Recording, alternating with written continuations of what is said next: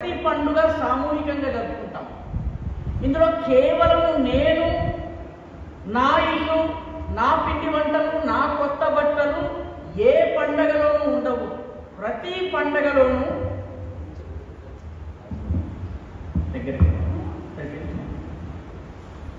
ప్రతి పండగలోనూ సామూహికం ఉంటుంది. నాతో పాటు నా ఇరుగు పొరుగు, నా బంధుమిత్రులు వీళ్ళందరినీ కలుపుకుని మనం పనిచేస్తాము.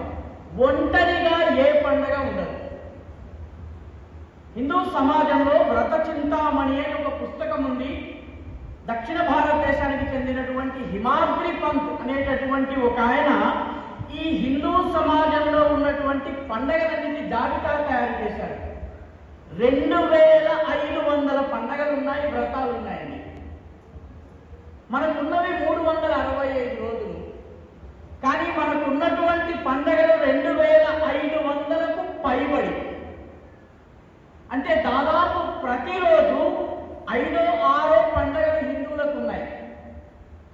వాళ్ళ వాళ్ళ ప్రాంతాలను బట్టి, వాళ్ళ వాళ్ళ సామాజిక స్థాయిని బట్టి పండగలు ఉంటాయి. ఏ పండగ అయినా పరమార్థము రెండే. ఒకటి పరమేశ్వరుడి ఆరాధన, ఒకటి సమాజ ఆరాధన. సమాజ ఆరాధన మీకు ఒక చిన్న ఉదాహరణ చెప్తాను.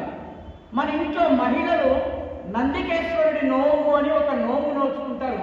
కొందరికి నోచుకుని కూడా ఉండవచ్చు. ఇక్కడ ఒక 5-6 రకాల స్వీట్లు తయారు చేస్తారు. 5-5 కిలోలు, 10-10 కిలోలు స్వీట్లు తయారు చేస్తారు. 5-6 రకాల స్వీట్లు తయారు చేస్తారు. దేవుడిని పూజ చేస్తారు, మిగతా దేవుడికి అర్పించుకుంటారు. ఆ తరువాత ఆ వ్రతంలో ఒక నియమం ఉంటుంది. నియమం ఏమిటంటే సూర్యాస్తమయమయ్యే లోపల మొత్తం స్వీట్లు అయిపోవాలి. ఒక్క స్వీట్ కూడా ఇంట్లోంచి బయటకు వెళ్ళడానికి వీల్లేదు. నా గడప దాటి స్వీట్ బయటకు వెళ్ళడానికి వీల్లేదు. సూర్యాస్తమయం అయిపోయే లోపల నేను వండినటువంటి తీపి పదార్థాలన్నీ పూర్తయిపోవాలి. నా గిన్నెలు ఖాళీ అయిపోవాలి. నా దగ్గర ఉన్నటువంటి పాత్రలు నిండుగా ఉన్నటువంటి స్వీట్లు పూర్తిగా అయిపోవాలి. ఇది ఎలా సాధ్యం? ఇది సాధ్యం ఎలా అవుతుందంటే నా ఇంటికి అందరినీ పిలుచుకోవాలి. ఒరే నువ్వురా, నీతో పాటు 10 మంది ఫ్రెండ్స్ని పిలుచుకురా. అమ్మ మీరు రండి, మీతో పాటు తెలిసిన 10 మందిని పిలవండి.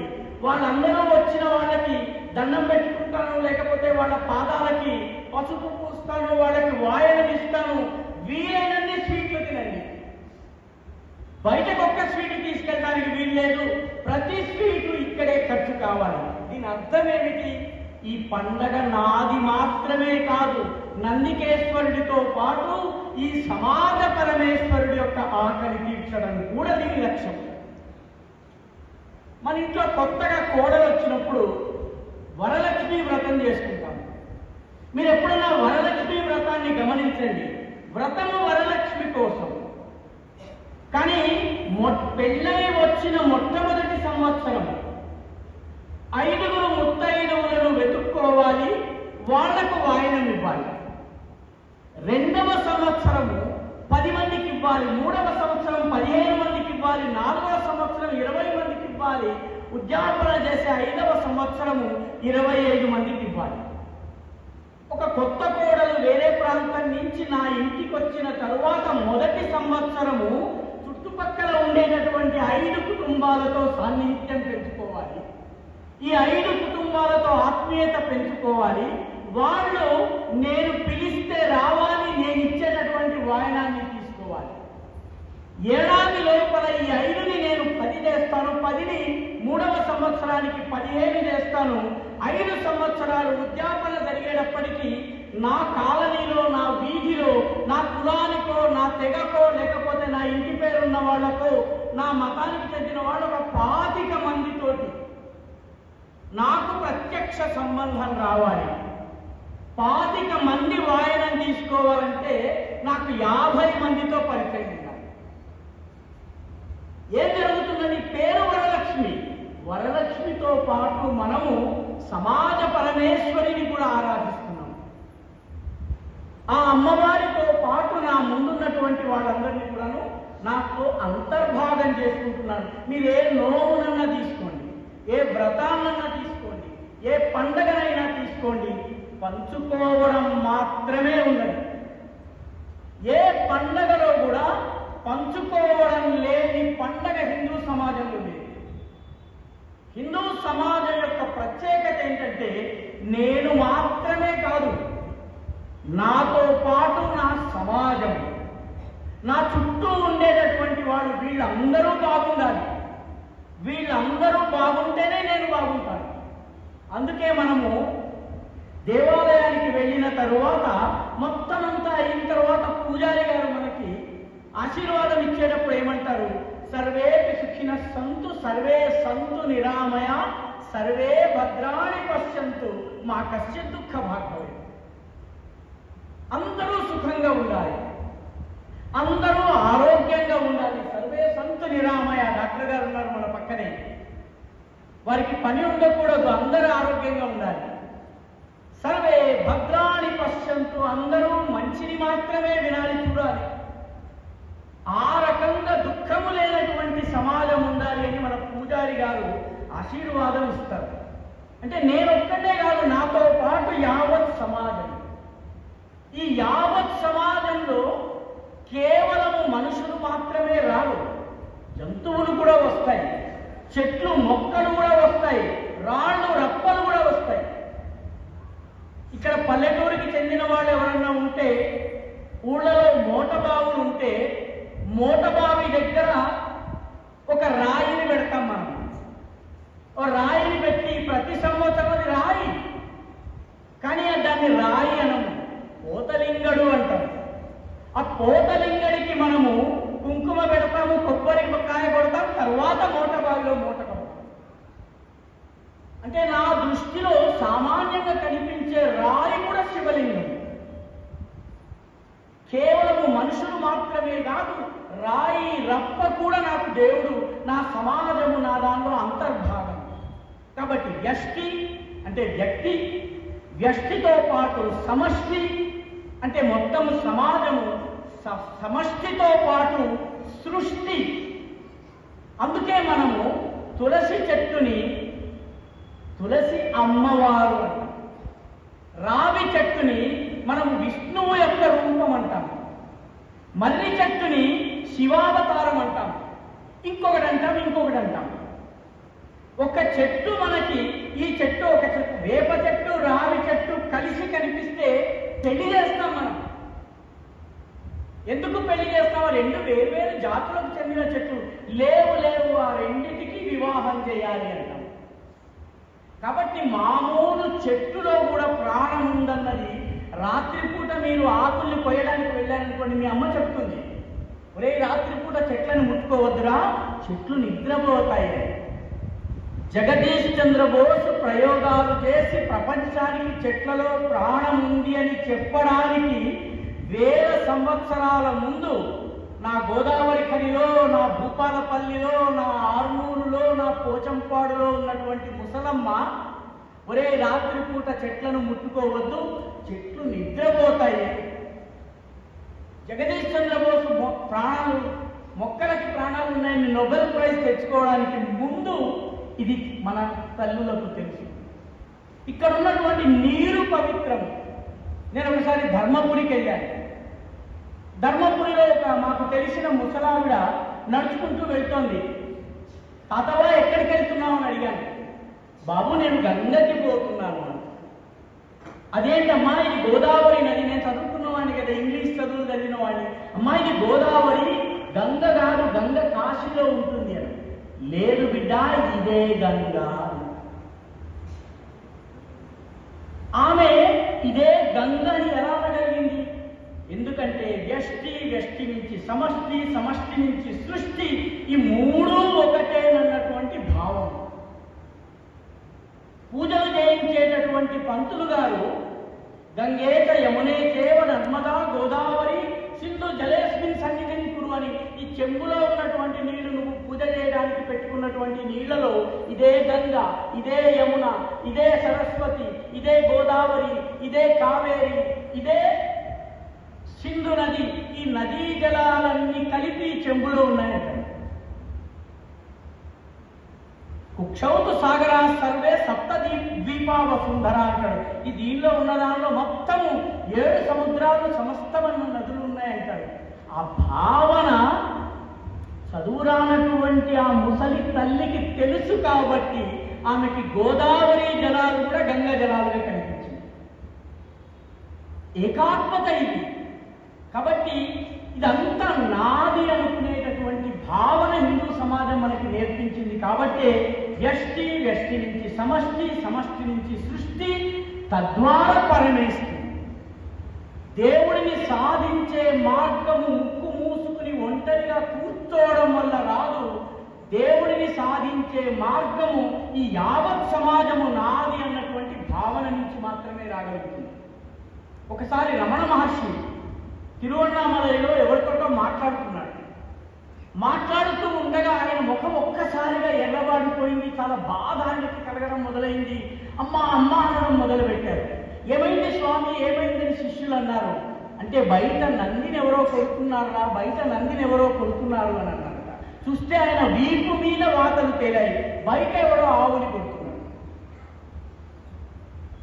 అక్కడెక్కడో దూరంగా ఆవుని కొడుతుంటే ఆ ఆవు నేను ఏకాకారమై దానికి నాకు ఉన్న ఒక అద్వైత స్థితిని నేను సాధించటము ఇదే జీవన లక్ష్యం.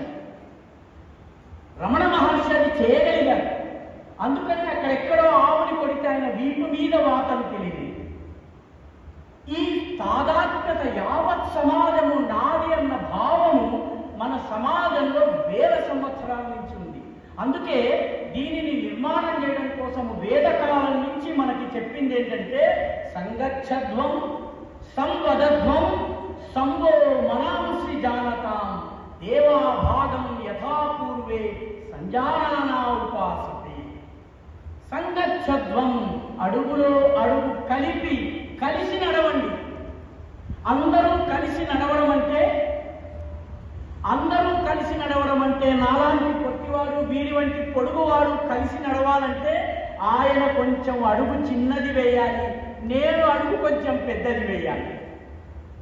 అప్పుడు మాత్రమే మా భుజాలు కలుస్తాయి. కాబట్టి కలిసి నడవండి అంటే పక్కవాడి గురించిన ఆలోచన, మా ఇద్దరి నడక కలవాలి. నడకతో పాటు సంవదత్వం, ఒకే మాటను మేము మాట్లాడాలి. ఒకే రకమైన ఆలోచన సమాజంలో ఉండాలి. ఈ భావాన్ని నిర్మాణం చేయమని వేద కాలంలో వేద మంత్రాల్లో చెప్పారు. సంగచ్చధ్వం, సంవదధ్వం, సంవో మనాంసి జానత. మీ మనసులు కూడా ఒకే రకంగా ఉండాలి. దేవతలు అలాగే ఆరాధించారు, మీరు అలాగే చేయండి. ఇది వేదం చెప్పింది. రాష్ట్రీయ స్వయం సేవక సంఘము ఇదే చేస్తున్నదండి. సంగచ్చధ్వం, సమతలో మనము ఏక్దో ఏక్దో అని చెప్పి మితకాలు చేస్తున్నాం, ప్రజలు చేస్తున్నాం, దక్షిణ వృత చేస్తున్నాం, వామవృత చేస్తున్నాం, అర్ధవృత చేస్తున్నాము, కదం కలిపి నడుస్తున్నాం. ఆ తరువాత మనము కలిసి ఒకే మాట మాట్లాడుతున్నాము. పొంగి పొరలెను సంఘగంగా అన్నటువంటి పాట అందరము కలిసి పాడుతున్నాము. ప్రార్థన అందరము కలిసి చేస్తున్నాము. సంవదధ్వం, సంవో మనాంసి జానత. మన మనస్సులన్నీ ఒకే రకంగా ఉండాలి. ఆ రకంగా ఉన్నప్పుడు దేవతలు ఇలా చేసి అభివృద్ధి చెందారు కాబట్టి మనము అలాగే అభివృద్ధి చెందాము. ఆనాటి వేదకాలములో చెప్పిన మాటకి రాష్ట్రీయ స్వయం సేవక సంఘం చేస్తున్నటువంటి పనికి తేడా లేదు మిత్రులారా. కాబట్టి మనసును కలవడము దీన్ని ఎలా చేయాలి? మన సమాజంలో అనేక పద్ధతులు, పండగల పేరిట, పర్వాల పేరిట, వ్రతాల పేరిట, పూజల పేరిట, పునస్కారాల పేరిట. సత్యనారాయణ కథ చూడండి. సత్యనారాయణ కథలో ఒకటి బ్రాహ్మణులకు సంబంధించి, ఒకటి వైశ్యులకు సంబంధించి, ఒకటి రాజుకు సంబంధించి, ఒకటి సామాన్యులకు సంబంధించి, ఈ రకంగా సమాజంలోని అన్ని వర్గాలకు చెందినటువంటి 5 కథలు వస్తాయి. అందరినీ ఇంక్లూడ్ చేయడం హిందూ సమాజపు ప్రత్యేకత. ఎవరిని దూరం చేయడం హిందూ సమాజపు లక్ష్యం కాదు, ఉద్దేశం కాదు. అందుకనే మన దానిలో అందరినీ కలిపేటటువంటి ఉంటుంది. సమాజంలోని యావత్ సమాజపు సామూహిక శక్తిని ఆవాహన చేయవలసినటువంటి అవసరం ఉంది. అదే పండుగల లక్ష్యము, పర్వాల లక్ష్యము, పూజల లక్ష్యము. విజయదశమి నాడు జమ్మి కొట్టాలి. జమ్మి కొట్టేందుకు ఒక్కడే వెళ్తాడా? వెళ్ళడు. మొత్తం ఊరంతా కలుస్తుంది. ఊళ్ళో ఎవరో రథాకారులతో పోరాడిన వాడింట్లో ఉండే తుపాకీని తీసుకొచ్చి పెట్టి దానిని పూజ చేసి ఒక 2 బుల్లెట్లని గాలిలో పేల్చిన తర్వాత అమ్మవారికి జిందాబాద్ చెప్పి ఆ తరువాత రాముల వారికి జై అని చెప్పి అడవిలోకి వెళ్తాడు. అడవిలోకి వెళ్ళి వాడు జమ్మి కొట్టొస్తాడు. లక్ష్యమేమిటి? కలిసి పోరాడడం. కాబట్టి మన పండగలన్నింటిలో కూడా సామూహికత ఉన్నది. ఈ సామూహికత ద్వారా జమ్మి దేవుడయ్యాడు, రాయి దేవుడయ్యింది, నీరు దేవుడయ్యాడు, ఆ తులసి మాత దేవుడయ్యింది. వీటన్నిటినీ ఆరాధించడం ద్వారా ఈ సమాజం అభివృద్ధి చెందింది. అందుకనే మన ఆటలు కూడా మన సంస్కృతిలో భాగం. క్రికెట్ ఆడుతున్నాం, ఇప్పుడు అందరూ క్రికెట్ ఆడతారు. క్రికెట్ ఆటలో ఏం జరుగుతుంది? ఒకసారి అవుట్, అంపైర్ రాంగ్ డిసిషన్ ఇచ్చినా అవుట్ అయిపోయిన వాడు వెళ్ళిపోవాలి.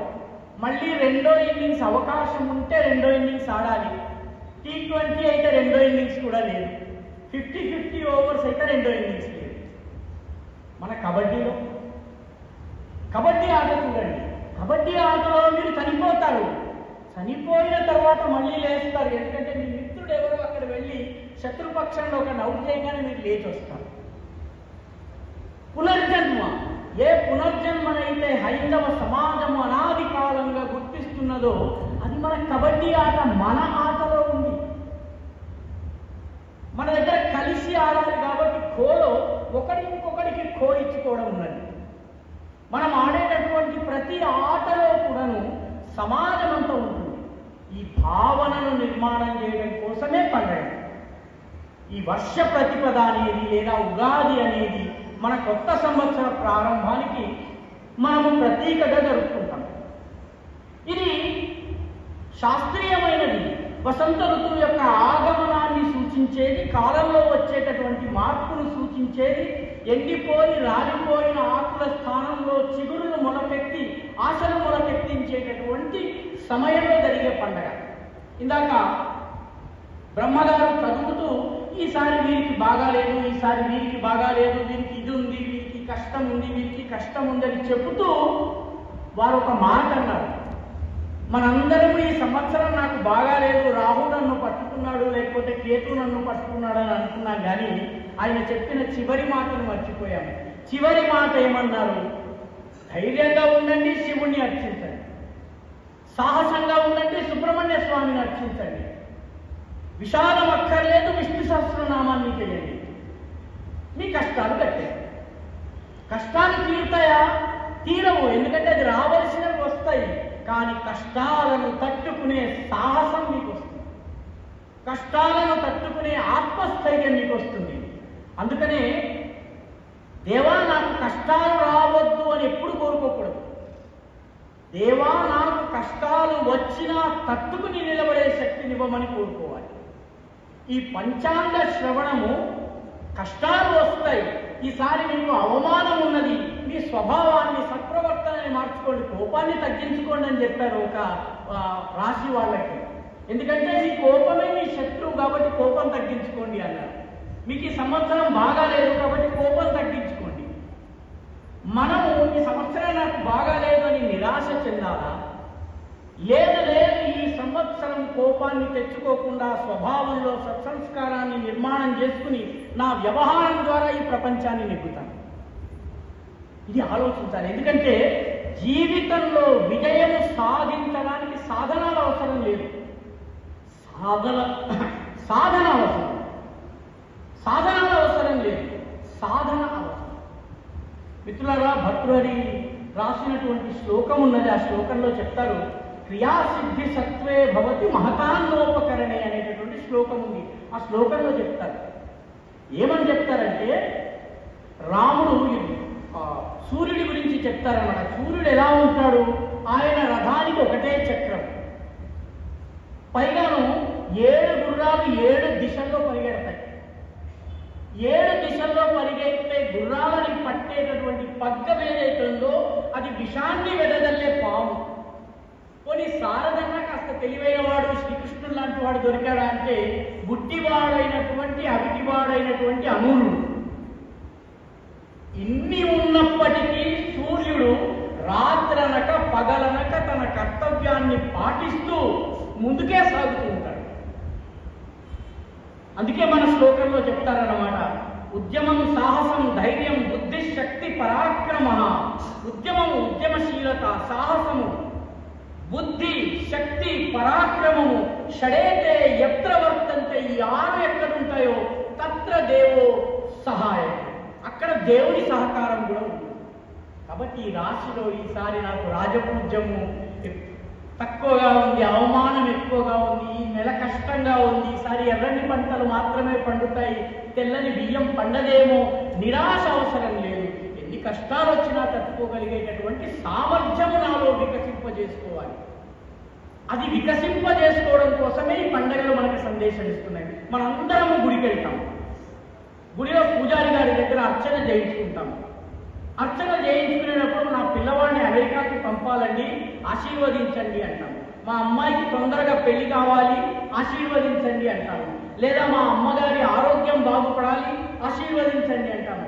మనం ఏ రకంగా పూజించినా పూజారి గారు ఒకే మంత్రం చదువుతారండి.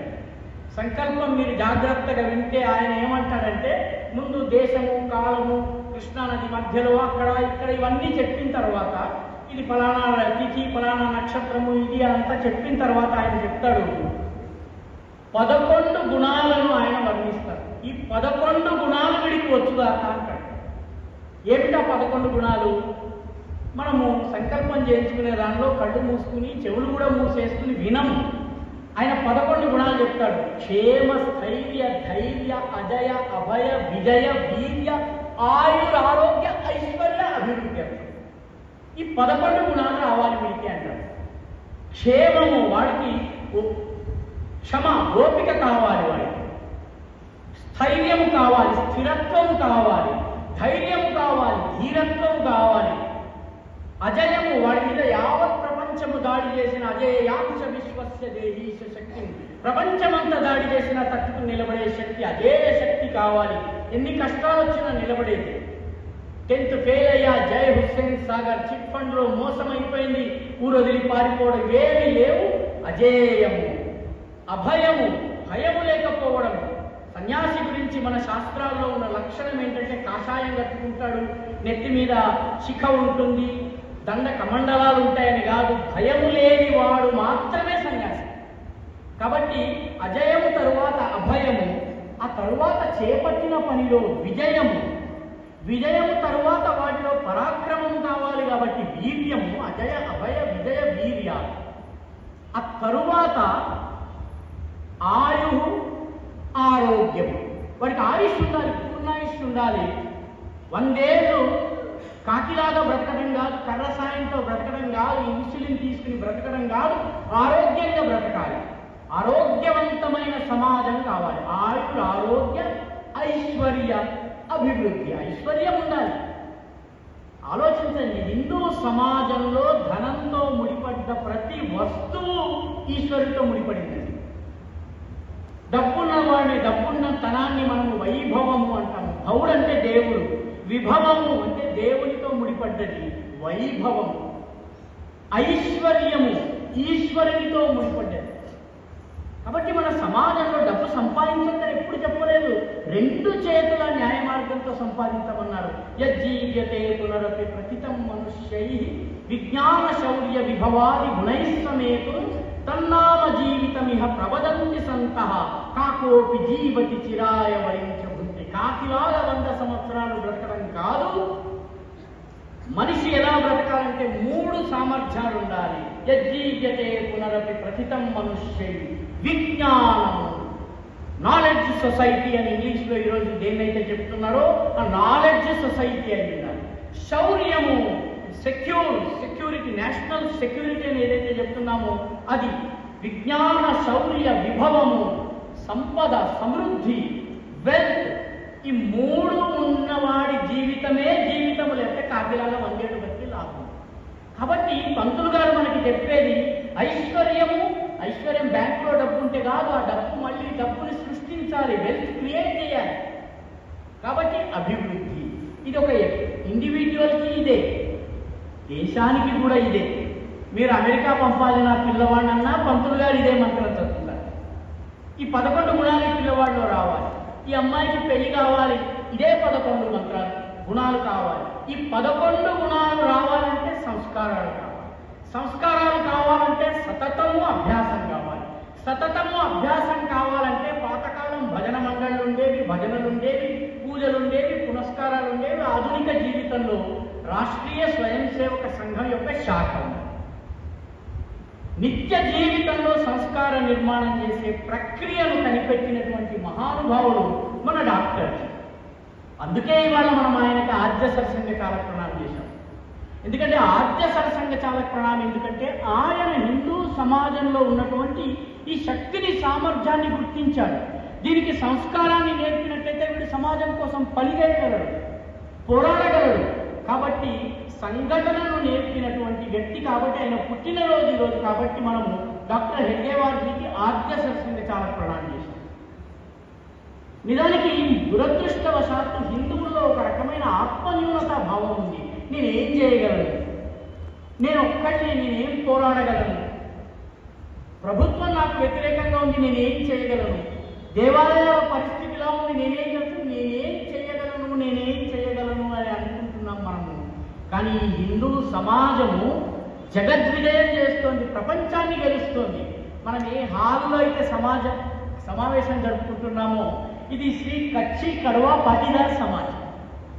ఈ కచ్చి కడవ ఎవరండి? వీళ్ళు గుజరాత్లోని సౌరాష్ట్ర ప్రాంతానికి చెందినవాడు.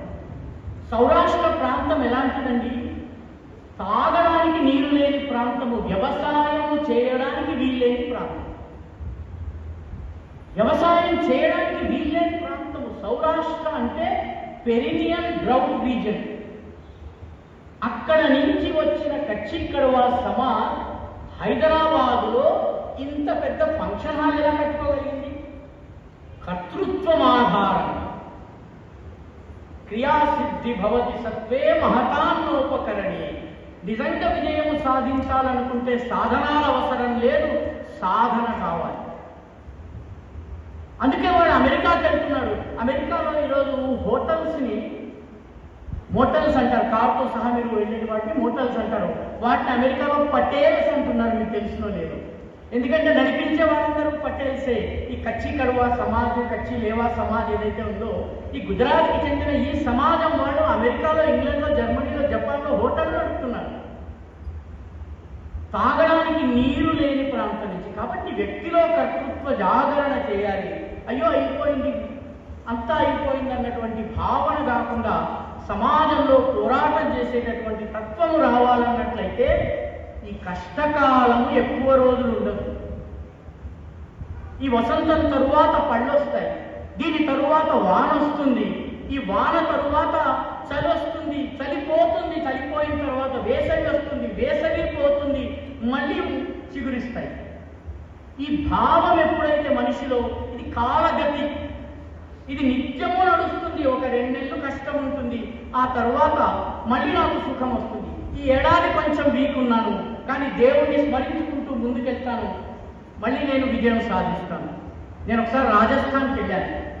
ఎడారి ప్రాంతంలో ఒక రైతు వ్యవసాయం చేస్తున్నాడు. వ్యవసాయం చేస్తున్న రైతు ఆ ధాన్యం అంతా కూడా పని వాళ్ళందరూ కూడా తీసి గాడిదల మీద వేసి తీసుకెళ్తున్నారు. ఆ గాడిదలు ధాన్యం తినేస్తున్నాయి, పక్షులు ధాన్యం తినేస్తున్నాయి. ఈ ఎవరైతే కూలి పని చేస్తున్నారో వాళ్ళు కూడా కొంచెం ధాన్యాన్ని సంచుల్లో దోపేసుకుంటున్నారు. నేను ఆ రైతుని అడిగాను, ఎడారి ప్రాంతము, నీరు లేదు, వీళ్ళు ఇలా దోచుకుంటున్నారు, చూస్తూ ఏమి చేయడం లేదు ఏంటని అడిగాను. అడిగితే అతను అన్నాడు, సుధాకర్ जी, मोर ढोर चोर के खाने के बाद जो बचता है वो मेरा है.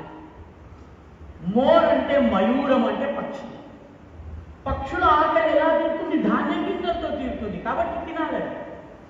ఢోర్ అంటే బరువుని మోసేటటువంటి గాడిదలో లేకపోతే కూలీలో ఉన్నారు, వాళ్ళు కొంచెం తినాలి, కాబట్టి ఢోర్, ఢోనేవాలా, హిందీలో బరువుని ఢోనేవాలా.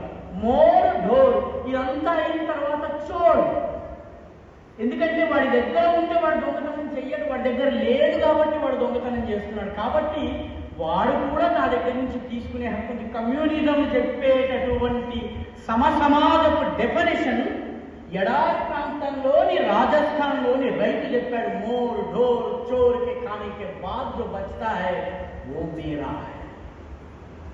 ఈ భావన ఎక్కడి నుంచి వస్తుంది?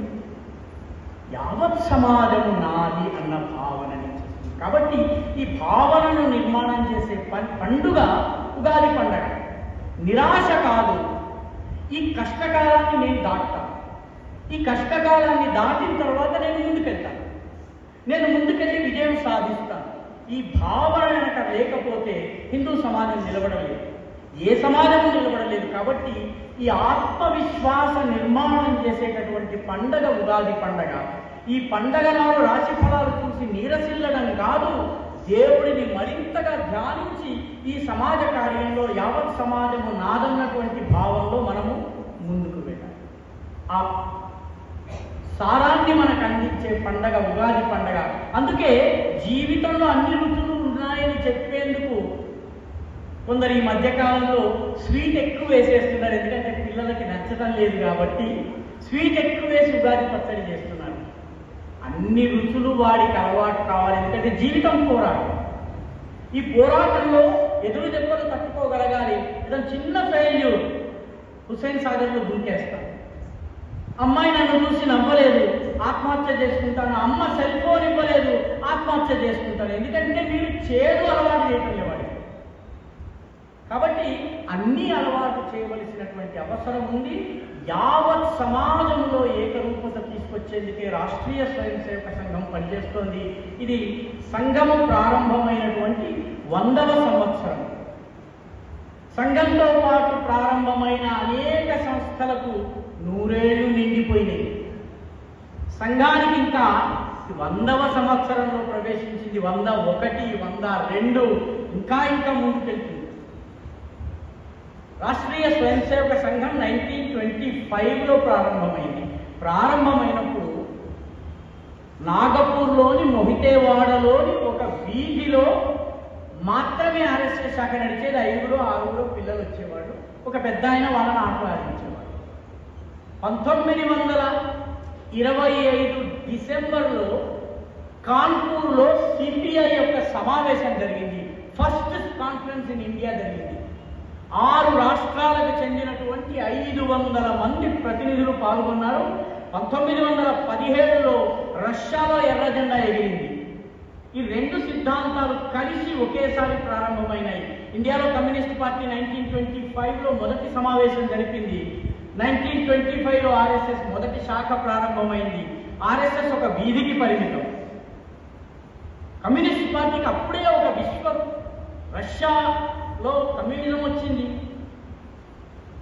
ఇండియాలో 500 మంది ప్రతినిధులు. 1955 రాష్ట్రీయ స్వయం సేవక సంఘం యొక్క కార్యకర్తలు గాంధీ హత్య యొక్క అపవాదు నుంచి మనము చెయ్యని నేరానికి మనల్ని నిషేధించిన దాన్ని తట్టుకుని అత్యంత క్లిష్టమైన పరిస్థితిలో మనం పనిచేస్తున్నాం. 1955 నాటికి ప్రపంచంలోని 1/3 ఎర్రజెండా కిందకు వచ్చింది. చైనా అండ్ రష్యా ఈ 2 కలిపి 1/3 ఆఫ్ ద వరల్డ్. ప్రపంచానికి రాజధాని మాస్కో అని చెప్పాను. ఈరోజు 2025లో పరిస్థితి. 2025లో రాష్ట్రీయ స్వయం సేవక సంఘము 1,00,000 శాఖలను నడుపుతున్నది. 130 దేశాలలో శాఖలున్నాయి. కార్మిక రంగంలో ఆర్ఎస్ఎస్ ప్రేరణతో వెళ్ళిన వాడు నెంబర్ 1 ట్రేడ్ యూనియన్. విద్యార్థి రంగంలో వెళ్ళినటువంటి వాడు నెంబర్ 1 విద్యార్థి సంస్థ. ఉపాధ్యాయుల మధ్య పనిచేస్తున్నటువంటి తపస్ ఈరోజు 2 ఎమ్మెల్సీల్ని గెలిపించుకోగలిగింది.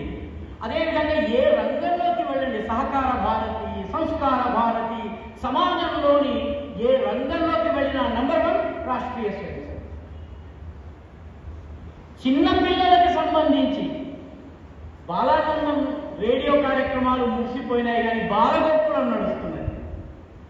బాలగోకులం ఈరోజు కమ్యూనిస్ట్ కేరళలో లక్షలాది మంది పిల్లలకు కృష్ణుడి వేషం వేయించి, అమ్మాయిలకు రాధ వేషం వేయించి ఊరేగింపు తీస్తుంటే సిపిఎం ప్రభుత్వం సెలవు ప్రకటించింది కృష్ణాష్టమి నాడు.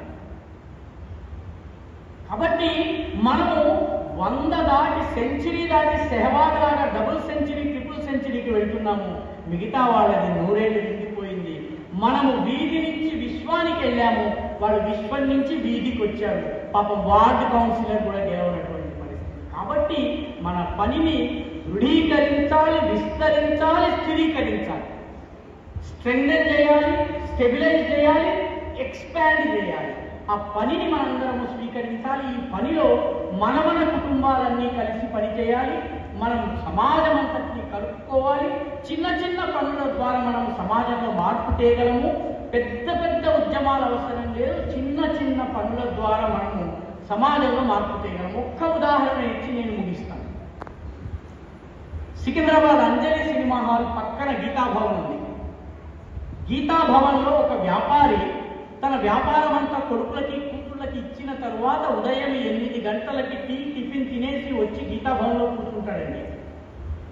ఆ చుట్టుపక్కల ప్రాంతాల్లో ఎవరికి ఎప్పుడు సమయం చిక్కితే అప్పుడు గీతాభవన్కి వెళ్తే ఆయన భగవద్గీత నేర్పిస్తారు. ఎప్పుడు వెళ్తే అప్పుడు. నాకు 9 గంటలకి పొద్దున కుదురుతుంది, 9 గంటలకు నేర్పిస్తారు.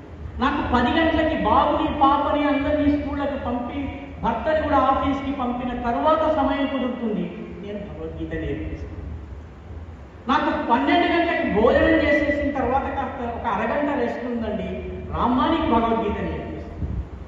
నాకు సాయంత్రం కుదురుతుంది, సాయంత్రం భగవద్గీత నేర్పిస్తాను. నాకు మొత్తం దుకాణం కట్టేసిన తర్వాత సమయం కుదురుతుంది, భగవద్గీత నేర్పిస్తాను. ఒక వ్యక్తి 80 ఏళ్ల వ్యక్తి సమాజంలో మార్పు తేగలరు. చిన్న పని ద్వారా మనం సమాజంలో పెద్ద మార్పు తేగలము. కాబట్టి ఇక్కడ ఉన్నటువంటి మనమందరం కూడా చిన్న చిన్న పని, మనందరం కలిపి లక్ష్మీ సహస్రము ప్రతి శుక్రవారం చదవాలని మహిళలు నిర్ణయించుకోవచ్చు.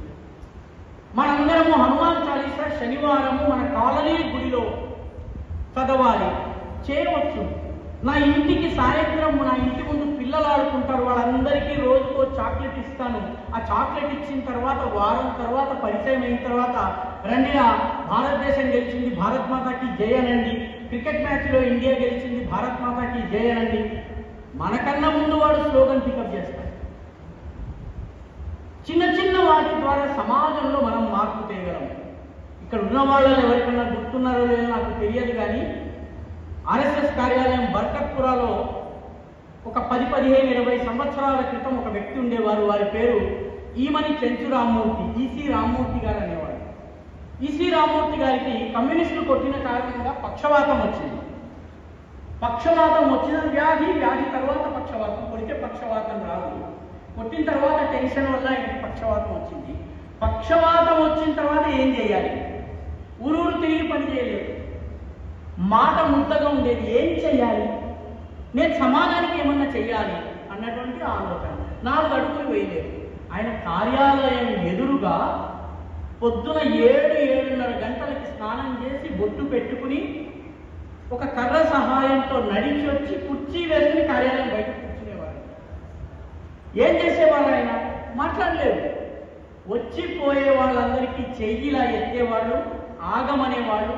4 పటిక బెల్లం ముక్కలు ఇచ్చేవాడు. ఆ ముక్కలు తీసుకుని తిని వెళ్ళిపోతుండేవాడు. 1 రోజు, 2 రోజులు, 3 రోజులు అయింది. నెమ్మదిగా నమస్కారం పెట్టడం మొదలుపెట్టారు. ఈయన కూడా నమస్కారం ఒక చేతితో పెట్టడం మొదలుపెట్టారు. కొన్నాళ్ళు అయిన తర్వాత వచ్చి మా ఆఫీస్లో చాలా కష్టంగా ఉందండి, ఏం చేయాలో తెలియడం లేదు అంటే, రామ్ అనుకోమ్మా ఈయన ముద్ద మాటల్లో చెప్పాడు. ఆయన వచ్చి ఇంట్లో భర్తతో గొడవగా ఉందండి, ఆయన నా సమస్యలను అర్థం చేసుకోవడం లేదు, రామ అనమ్మా అని చెప్పాడు. కొన్ని వందల మంది రోజు వస్తూ పోతూ తమ బాధల్ని ఈమని చెంచు రామ్మూర్తి గారికి చెప్పుకుంటూ వెళ్ళేవారు. ఆయన దగ్గర మంచమేమీ లేదు, రామ అనేవాడు, ఊరుకునేవాడు.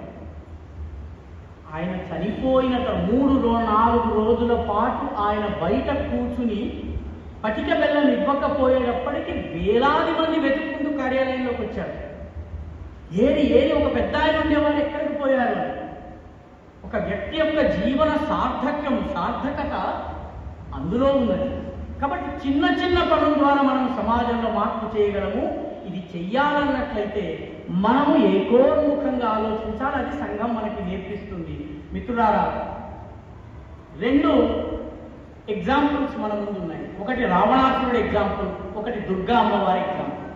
రావణాసురుడికి తలలు 10, చేతులు 2.